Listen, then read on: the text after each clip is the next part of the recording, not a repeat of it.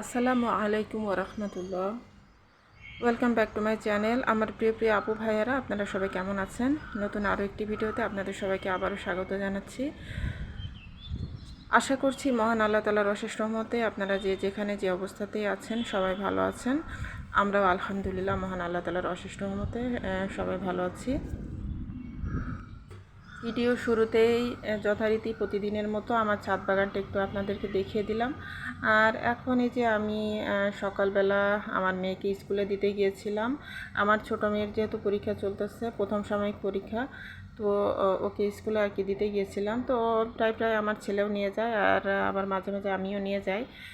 তো ওকে স্কুলে দিয়ে আসার পথে কিছু সবজি নিয়ে এসেছি। তো এখানে যে পটল নিয়ে এসেছি, 1 কেজি পটল নিয়ে এসেছি।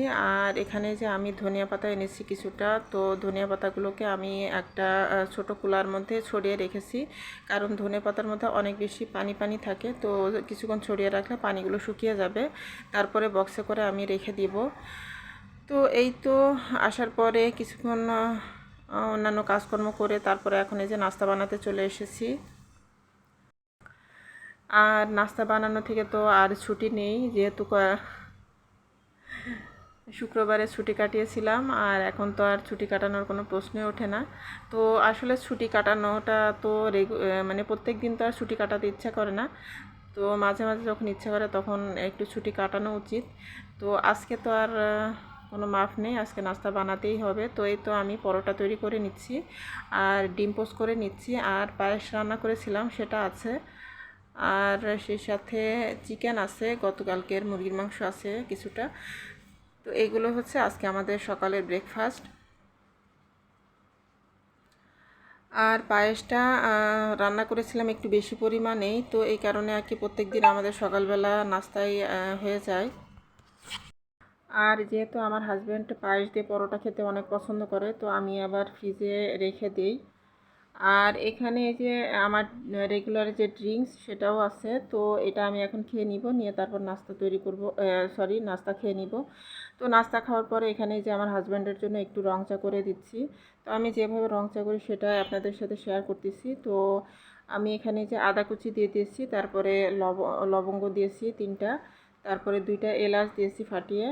আর এখন এই যে দারুচিনির গুঁড়া দিয়ে দিলাম। তো দারুচিনির গুঁড়াটা আমার হাজব্যান্ড এনেছেন, তো উনি আর কি বলছেন যে দারুচিনির গুঁড়াটা চার মধ্যে দিতে, রং চার মধ্যে। তো এটা দিলে ভালো হয় নাকি, স্বাস্থ্যের জন্য অনেক ভালো হয়। তো এই তো এভাবে করে আমি প্রত্যেকদিন ওনার জন্য রং চাটা করে দিই, আর অল্প করে একটু চিনি দিয়ে দিলাম, বেশি চিনি যেহেতু উনি খান না, তো অল্প করে দিয়েছি। আর এখানে যে আমি একটু লেবু চিপে দিব, তো অল্প সামান্য পরিমাণে একটু লেবুর একটা লেবু লেবু ঘ্রাণ আসবে আর কি, এই কারণে দিয়েছি।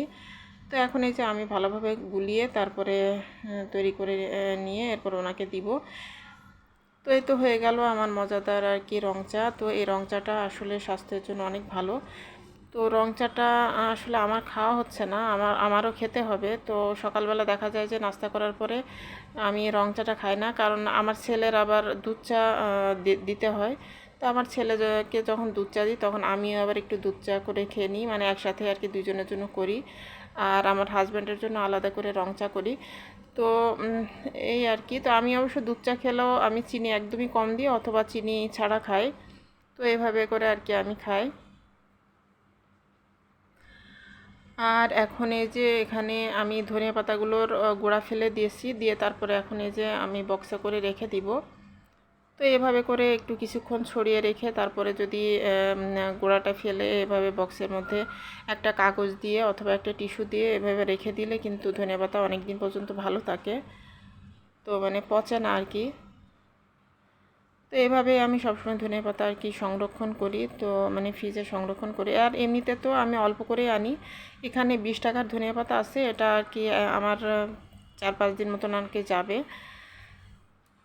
আর এখন এই যে আমি দুপুরে রান্না করে নিব। তো আজকে দুপুরের রান্নাটা আসলে ওইভাবে শেয়ার করব না, তার কারণ হলো যে দুপুরবেলা আজকে তেমন মানে নতুন কোনো কিছু রান্না করছি না, মানে একদম রেগুলার প্রত্যেকদিন যেরকম যা রান্না করি সেগুলোই। তো এই কারণে একটু একটু আর কি রেকর্ড করেছি, আর পুরো রান্নাটা ওইভাবে আর কি দেখাইনি। মানে মুরগির মাংস রান্না করতেছি আজকেও, মুরগির মাংস দিয়ে আলু দিয়ে ঝোল আর উস্তা ভাজি। তো এই তো এইগুলোই আজকে দুপুরবেলা আর কি রান্না করব। আর আবহাওয়াটা তো অনেক ভালো, অনেক সুন্দর আবহাওয়া, চারিদিকে তো অনেক বৃষ্টি হচ্ছে।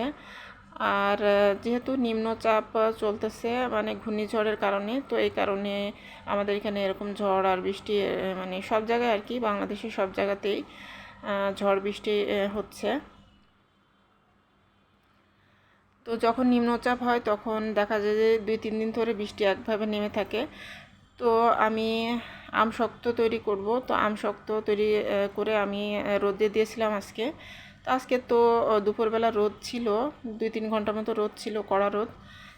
তো দিয়েছি, দেখা যাক কী হয়। তো আমি তো আল্লাহকে ডাকতেছি, আল্লাহ যেন বৃষ্টি না হয়ে রোদ হয়, কারণ আমশক্তগুলো ভালোভাবে না শুকালে তো আবার নষ্ট হয়ে যাবে। তো যাই হোক, সেই ভিডিও আমি পরে আপনাদের সাথে শেয়ার করব। তো আসলে ইদানিংকালে কি হয়েছে যে আমার ভিডিও দিতে একদমই ভালো লাগছে না, মানে ইউটিউবে কাজ করতে কেন জানি আর আগ্রহ পাচ্ছি না। তো আসলে আমার ভিডিও তো অনেকগুলো করা আছে, তারপরেও দেখা যায় যে ভিডিওগুলো এডিট করা, তারপর ভয়েস দেওয়া, আর কোনো কিছুই করতে ভালো লাগছে না। মনে হয় যে এই ইউটিউবে কাজ করে কি হবে, মানে মাঝে মাঝে আমার এরকম আর কি চিন্তা ভাবনা চলে আসে। আবার মাঝে মাঝে দেখা যায় অনেক স্পিডে আর কি কাজ করি, একদম প্রত্যেক দিন ভিডিও দিতে থাকি। তো মনে হয় যে না, ওয়াচ টাইমটা আমার কমপ্লিট করতে হবে, তো রেগুলার আমি ভিডিও দিব। তো যখন রেগুলার ভিডিও দিই তখন আবার কিন্তু মানে ওয়াচ টাইমটা দেখেছি ভালোই চলে আসে। আর যখন রেগুলার ভিডিও দিই না তখন আবার মানে দেখা যায় ওয়াচ টাইমটা আবার কমতে থাকে। তো আসলে রেগুলার ভিডিও দিতে এখন আবার কেন জানি মন টানছে না, ভালো লাগছে না ইদানিংকালে। তো জানি না, আসলে আমার মাঝে মাঝে এরকম হয় আর কি। তো এখন এই যে আমি সন্ধ্যার পরে একটু নাস্তা তৈরি করব, যেহেতু বৃষ্টির দিন, তো ভাবছি যে আজকে একটু সিঙ্গাড়া তৈরি করব। তো সিঙ্গাড়া তৈরি করার জন্য এখানে এই যে আমি আলু আর পটল আর টমেটো তো একসাথে আমি ভালো করে ভেজে নিয়েছি, যেভাবে আর কি সবজি করে সেরকম করে ভেজে নিয়েছি। তো আমি এখন এই যে একটু ধনিয়া পাতা দিয়ে দিলাম, দিয়ে তারপরে নামিয়ে ফেলবো।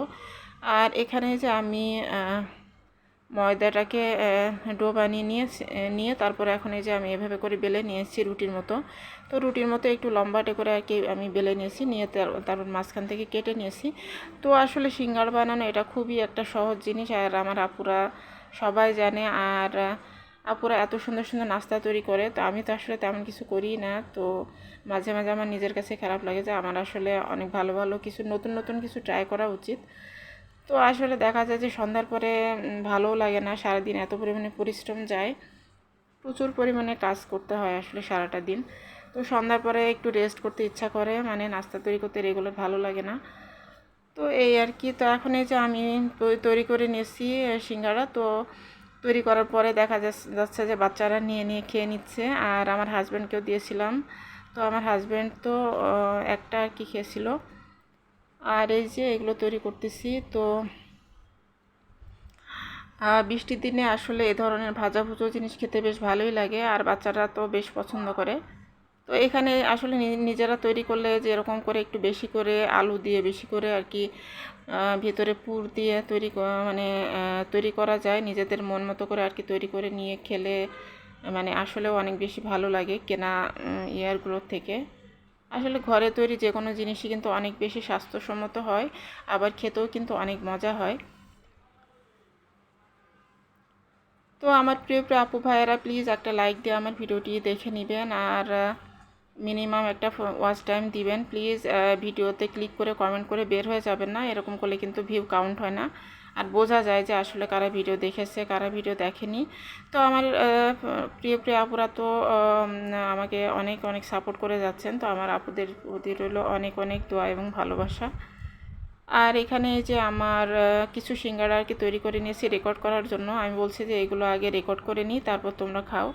তো আসলে এরকমই ইউটিউবিং করাটা আসলে যে মার্জিয়া ডেলি লাইফের মার্জিয়া আপু আজকে বলছিল যে আসলে ইউটিউবে করার জন্য কিন্তু পরিবারের লোকরা কিন্তু খেতে পারে না খাবার টাবারগুলো আর কি। আমরা রেডি করার পরেও দেখা যায় যে পরিবারকে খেতে দিই না, যে আমরা রেকর্ড করব আর কি, এই কারণে। তো রেকর্ড করার পরে তারপরে কিন্তু সবাইকে খেতে দেওয়া হয়।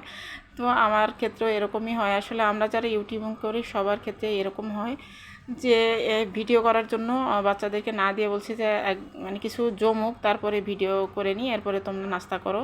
তো এখান থেকে বিদায় নিচ্ছি। আল্লাহ হাফেজ।